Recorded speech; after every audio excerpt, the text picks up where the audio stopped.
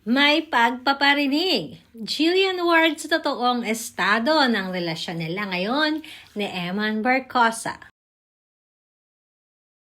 Gumawa nga ng ingay kamakailan lamang sa lahat ng social media platforms ang mga naging kaganapan sa parehong social media account ni Eman at ni Jillian Ward.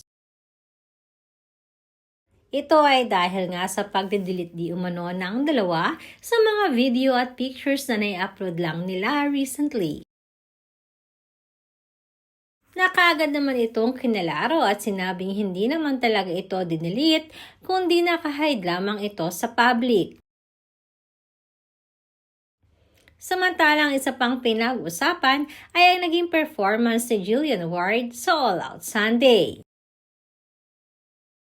Bukod kasi sa sobrang blooming ngayon ni Jillian, ay ang galing nito sa pagkanta ang talaga namang napahanga at pinalakpakan ng napakaraming audience sa All Out Sunday.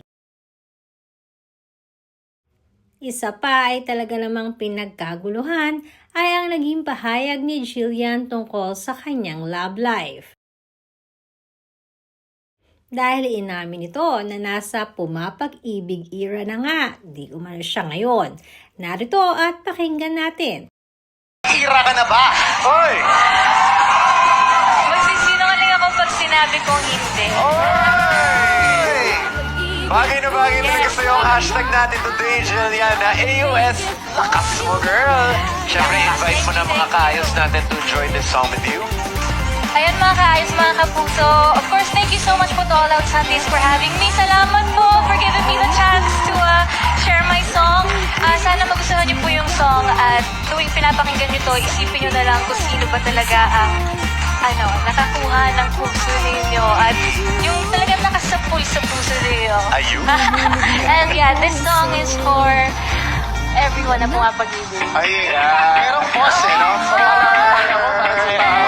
Thank you so much for sharing your new song with us.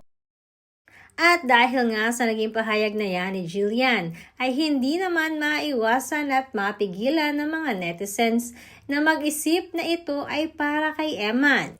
Lalo na di umano't halata ang naging pagpipigil ni Jillian na sabihin ang totoo.